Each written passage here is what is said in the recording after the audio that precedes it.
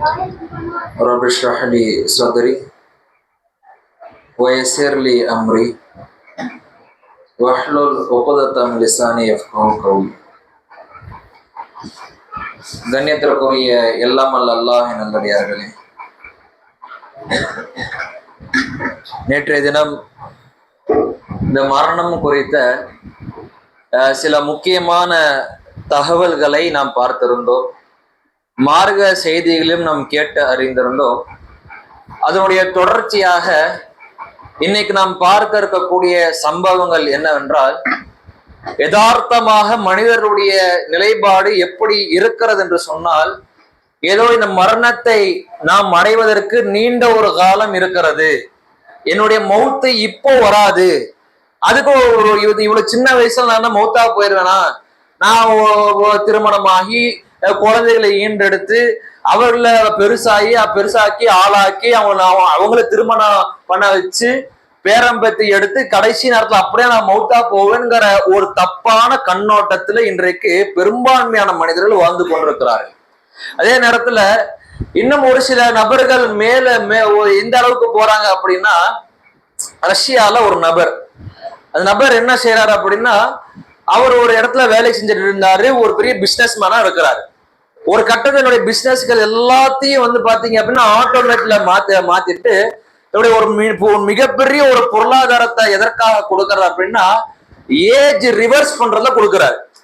Age reverse பண்றது அப்படின்னா அதற்குன்னு ஒரு டாக்டர்கள் எல்லாம் அழைச்சிட்டு வந்து அது ஒரு சில ஹார்மோன்களை ஒரு ஊசிகளாக போட்டுக்கொண்டு சில குளுக்கோஸ்களை ஏற்றுக்கொண்டு சில உணவுப் பொருட்கள் எல்லாம் மாத்தி லைஃப் ஸ்டைல டோட்டலா மாத்தி என்ன பண்றாரு அப்படின்னா, தன்னை ஒரு இளமையாக காத்து கொண்டு ஒரு 40 வயது நபர் 45 உள்ள ஒரு ஆள் என்ன பண்றாரு அப்படின்னா, தன்னை ஒரு 18-20 வயது உள்ள வாலிபர் எப்படி இளைஞர் எப்படி இருப்பாரோ அது போல தன்னுடைய உடல்கள் எல்லாம் அமைத்து கொண்டு ஆரோக்கியமாக வாழ்ந்துகிட்டு இருக்கிறாரு. அவர் என்ன நினைக்கிறாரு அப்படின்னா, நான் ஏஜ் ஆக தானே எனக்கு மவுத்து வரும், எனக்கு மரணம் வரும், நான் அந்த மாதிரி ஒரு மரணத்தை ஏஜ் ஆகாத ஒரு நிலையில எப்போதுமே ஒரு 20கள்ல இருக்கக்கூடிய வாலிமலை போன்று இருந்தால் எனக்கு மரணம் வராது. ஒரு 25 வயது இளைஞன் எப்படி இருப்பாரோ அது போல நான் இருந்தோம், ஆனால் எனக்கு மரணம் வராது என்கின்ற ஒரு ரீதியில் என்ன பண்றாங்க அப்படின்னா, அதற்கு உண்டான ஏராளமான பொருளாதாரம் கிட்டத்தட்ட வருஷத்துக்கு மட்டுமே 6 கோடி ரூபாய் இந்த மருத்துவத்திற்காக இந்த உணவுப் பொருட்களுக்காக இவர் ஏற்படுத்தி கொண்ட இந்த லைஃப் ஸ்டைல் இருக்கு பாத்தீங்களா, இதற்காக அவர் செலவிடக்கூடிய பொருளாதாரம் என்னன்னா 6 கோடி ரூபாய் செலவு பண்றாரு. சரி, ஒரு கட்டத்துல இப்படி எல்லாம் பண்ணி ஒரு மனிதர் உயிர் வாழ முடியுமா அப்படின்னு பார்த்தா, இடையில இன்னைக்கு என்ன தகவல் அப்படின்னா, அவருக்கு உடம்பு சரியில்லாத ஒரு நிலை இருக்கிறாரு அப்படிங்கிற ஒரு தகவல்.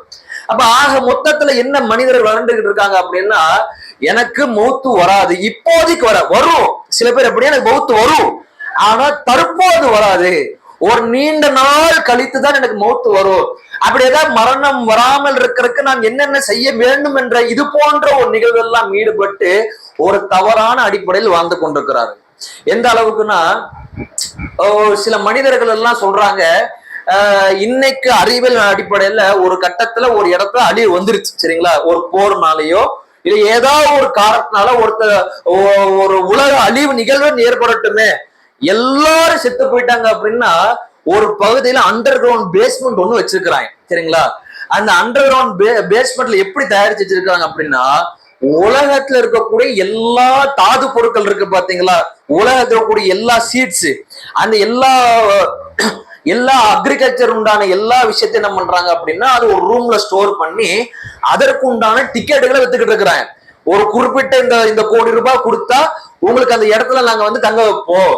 ஒரு கால் உலகம் அழிஞ்சு போச்சுன்னா சரி, உலகத்தில் இருக்கக்கூடிய எல்லாரும் அழிஞ்சு போயிடுவாங்க, ஆனா அந்த இடம் மட்டும் பாத்தீங்கன்னா சேஃப்டியா இருக்குங்கிற மாதிரி என்ன பண்றாங்கன்னா அது ஒரு விளம்பரப்படுத்தி அதற்கு உலகத்திற்கு கூடிய தலை சிறந்த செல்வந்தர்கள் பெரிய பெரிய தொழிலதிபர் என்ன பண்றாங்க, அதுல எனக்கு ஒரு ரூம் வேணும்னு சொல்லிட்டு இன்னைக்கு புக் பண்ணிட்டு இருக்கிறாங்க.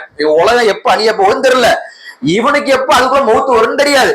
ஆக மொத்தத்தில் என்ன பண்றாங்க அப்படின்னு தன்னுடைய உயிரை காப்பாற்றி கொள்ள வேண்டும் என்பதற்காக இது போன்ற ஒரு ஸ்டெப் எடுத்துக்கிட்டு இருக்காங்களே. அல்லாஹ் தன் திருமறை குர்ஆன்ல சொல்றான், ஒலவு குந்த புரூஜின் ஷயீதா, நீங்கள் ஒரு இரும்பு கோட்டைகளில் இருந்தாலும் சரி உங்களுக்கு மரணம் அடைந்தே திரும்பிட்டா. இது யாருடைய வாக்குறுதி?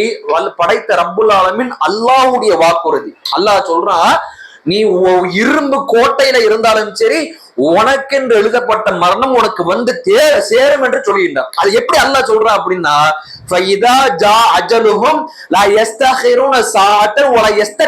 உனக்கு உண்டான ஒரு நேரம் வந்துருச்சு அப்படின்னா அதற்கு உண்டான நேரத்துல உடைய உயிர் பறிக்கப்படும். அதற்கு பிற்படுத்தவும் பட மாட்டாய், அதற்கு முற்படுத்தவும் பட மாட்டாய். உனக்கு நைட்டு 12 மணிக்கு மவுத்து வரணும்னு இருந்துச்சு அப்படின்னா 11:59 உனக்கு மவுத்து வராது, 12:01 உனக்கு மவுத்து வராது. ஷார்ப்பா 12 மணிக்கு உன்னுடைய உயிர் பறிக்கப்படும் எழுதிருந்துச்சு அப்படின்னா அந்த 12 மணிக்கு ஒரு உயிர் கைப்பற்றப்படும் என்று அல்லாஹ்வுடைய வாக்குறுதி தன் திருமறை குர்ஆன்ல இருக்கு. அல்லாஹ் இன்னொரு இடத்துல சொல்றான், குல் இன்னல் மௌத்தில்லதி தஃபிருன மின்ஹு, நீங்கள் மௌத்தை பாக்குறீங்க, மௌத்தை பார்த்து விரண்டு ஓடுகிறீர்கள்ன்றான். மௌத்தை பார்த்து மரணம் வரக்கூடாது, என்னென்னமோ ட்ரீட்மெண்ட் எடுக்கணும், ஆரோக்கியத்தை பார்த்து நான் அது இது ஜிம்முக்கு போய் எல்லாத்தையும் பண்ணி நான் ஆரோக்கியமா இருப்பேன் என்று என்னென்னமோ நீ பண்ணிக்கிட்டு இருக்கிற, நீ அதை சந்திக்க மாட்ட, அது உன்னை சந்திக்கும். எப்பேற்பட்ட வார்த்தை தெரியுமா இது? இந்த அல்லாஹ் ரப்புல் ஆலமீன் இருக்கிறாங்கிறதுக்கு சான்று இந்த ஒரு வசனம். எல்லாரும் மரணத்தை பார்த்து பயந்து ஓடிக்கிட்டு இருக்கிற, தப்பிச்சு போயிட்டு ஏதாவது ஒரு நோய் நொடி ஏற்பட்டுருச்சு அப்படின்னா நான் அவனுக்கு உண்டான மருத்துவத்தை நான் பார்த்தேன், மருத்துவத்தின் மூலியமாக நான் குணமடைந்து விட்டேன், நீண்ட காலம் வாழ்ந்துகிட்டு இருக்கேன் நினைச்சுக்கிட்டு இருக்கிறோம். நம்ம பார்த்து மரணம் வரக்கூடாது வரக்கூடாது ஓடிக்கிட்டு இருக்க நம்ம நினைச்சுக்கிட்டு இருக்கிறோம். அல்லாஹ் சொல்கின்றார், நீங்கள் எதிர்பார்க்காத விதத்துல உங்களுக்கு மரணம் வந்து அடைந்தே தீரும், உன்னை சந்திச்சு வந்து முன்னாடி நிற்கும், உன்னால ஒன்னும் பண்ண முடியாது என்று அல்லாஹ் ரப்புல் ஆலமீன் எப்பேற்பட்ட ஒரு எச்சரிக்கையான வசனங்களை சொல்றான். ஆனா இன்னைக்கு பாக்குறோம் சமுதாயத்துல இத குறித்த எந்த விதமான அச்சமும் இல்லாதவர்களாக, இந்த எச்சரிக்கை எல்லாம் துச்சமாக கருதி கொண்டு அலட்சியப்படுத்தவர்களாக இன்னைக்கு அதனுடைய வாழ்க்கையை அமைத்து வைத்திருக்கிறார்களா இல்லையா? எப்பேற்பட்ட அனாச்சாரங்களை செய்து கொண்டிருக்கிறார்கள், அநியாயங்களை செய்து கொண்டிருக்கிறார்கள், மோசமான காரியங்களில் ஈடுபட்டு கொண்டிருக்கிறார்களே. இவர்கள் எல்லாத்தையும் ஒரு கட்டத்துல மௌத்து வந்துருச்சு அப்படின்னா இவங்க என்ன பண்ணுவாங்க யோசிச்சு பாருங்க. எல்லாம் பொதுவாக இந்த கேள்வி எல்லாருக்கும் தான். இப்ப எல்லாருக்கும் இருக்கிற பொழுது நன்மை செய்து கொண்டிருக்கிறவர்கள் நன்மை செய்து கொண்டிருக்கக்கூடிய நிலையில மௌத்து வந்து அல்ஹம்துலில்லாஹ் சந்தோஷம். ஆனா எத்தனையோ மக்கள் பாவத்தில் ஈடுபட்டு கொண்டிருக்கிறார்களே, அனாச்சாரத்தில் ஈடுபட்டு கொண்டிருக்கிறார்களே, மாரியத்திற்கு மாற்றமான காரியத்திலே தலை விரித்து ஆடிக்கொண்டிருக்கக்கூடிய இந்த நிலையில அவர்களுக்கு மரணம் வந்து விட்டது என்று சொன்னால் யோசிச்சு பாருங்க. இதை எப்படி கற்பனை பண்ணணும் அப்படின்னா நம்முடைய நிலை என்ன ஆகுங்கிறத யோசிச்சு பாருங்க.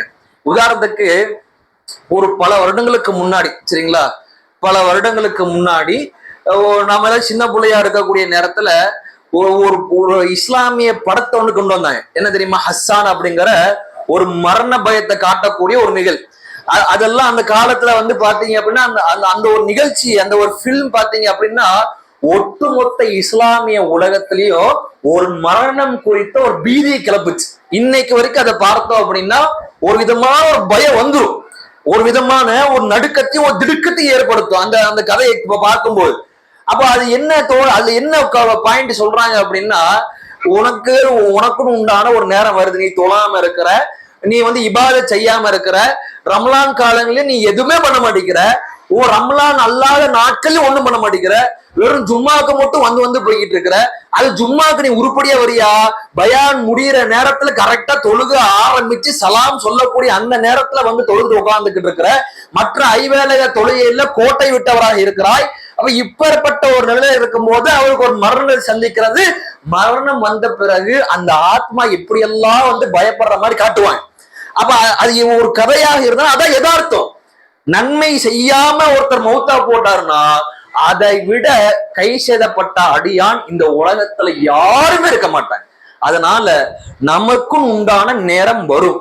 அந்த நேரம் வருவதற்கு முன்னாடி நாம எப்படி நடந்துக்கிறோங்கிறதா முக்கியம். நம்ம திருப்பி என்ன பதிவு பண்றோம் அப்படின்னா, கடந்த ரமலானுக்கு முன்னாடி வரைக்கும் நம்மோடு இருந்த சகோதர உறவுக்கார நண்பர்கள் தோழர்கள் எல்லாரும் இந்த ரமலான்ல நம்ம கூட இல்லாம இருக்கிறாங்க. இதுதான் அத்தாச்சி. அல்லாஹ் என்ன சொல்றான் அப்படின்னா, அவங்களுக்கு அந்த உண்டான எண்டு காடு முடிஞ்சிருச்சு, மரணம் அவங்களுக்கு அடைந்து விட்டாச்சு. உனக்கா நான் இன்னும் மரணம் தராம இருக்கிற, நீ அல்லாஹ்வுக்கு அஞ்சி அதிகப்படியான நன்மையை ஈடுபட்டுக்கொள் என்ற ஒரு எச்சரிக்கை அல்லாஹ் ரப்பல் சொல்கின்றானா இல்லையா? அது ஆழமாக பதினு. ஏதோ ஒரு செய்தியை கேட்டு இந்த காதுல கேட்டு இந்த காதுல விடக்கூடிய ஒரு செய்தி கிடையாது இது. நம்முடைய உள்ளத்தை திறந்து ஆழமாக பதிய வைத்து அந்த அடிப்படையில் வாழக்கூடிய ஒரு செய்தி தான் இந்த மரண செய்தி, இந்த மரண சிந்தனை என்பதை ஒரு காலத்தில் நாம் மறந்துவிடக் கூடாது. அது போல் ஒரு கட்டத்துல மரணத்தை அடைந்த அந்த ஆத்மா ஒரு கால் கெட்ட ஆத்மாவாக இருந்தால் அதனுடைய நிலை என்ன, ஒரு கால் அந்த ஆத்மா நல்ல ஆத்மாவாக இருந்தால் அதனுடைய நிலை என்ன, அவர்கள் என்னென்ன கேள்விகளை சந்திப்பார்கள், அவருடைய கபூர் வாழ்க்கை எப்படி இருக்கும் என்பதை இன்ஷா அல்லாஹ் நம்ம நாளைய தினம் பார்க்க இருக்கிறோம். இன்னைக்கு உண்டான கேள்வி,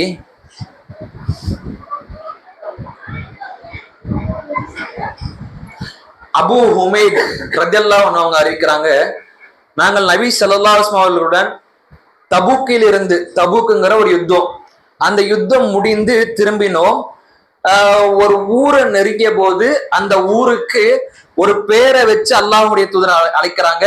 அது என்ன ஊரு, அந்த ஊருக்கு இன்னொரு பேர் அல்லாஹ்வுடைய தூதர் என்ன கொடுத்தாங்க அப்படிங்கிறத பார்த்துட்டு வரணும். இது புகாரில 1800 இருந்து 1950 ஆகிய செய்திகளுக்குள்ள அடங்கியிருக்கு. இன்ஷா அல்லாஹ் இதை பார்த்துட்டு வாங்க. அதே போன்று கடந்த கேள்விக்குண்டான பதில் என்ன அப்படின்னா, இறை நம்பிக்கை கொண்டோரே அல்லாஹையும் அவனுடைய தூதரையும் நம்புங்கள்.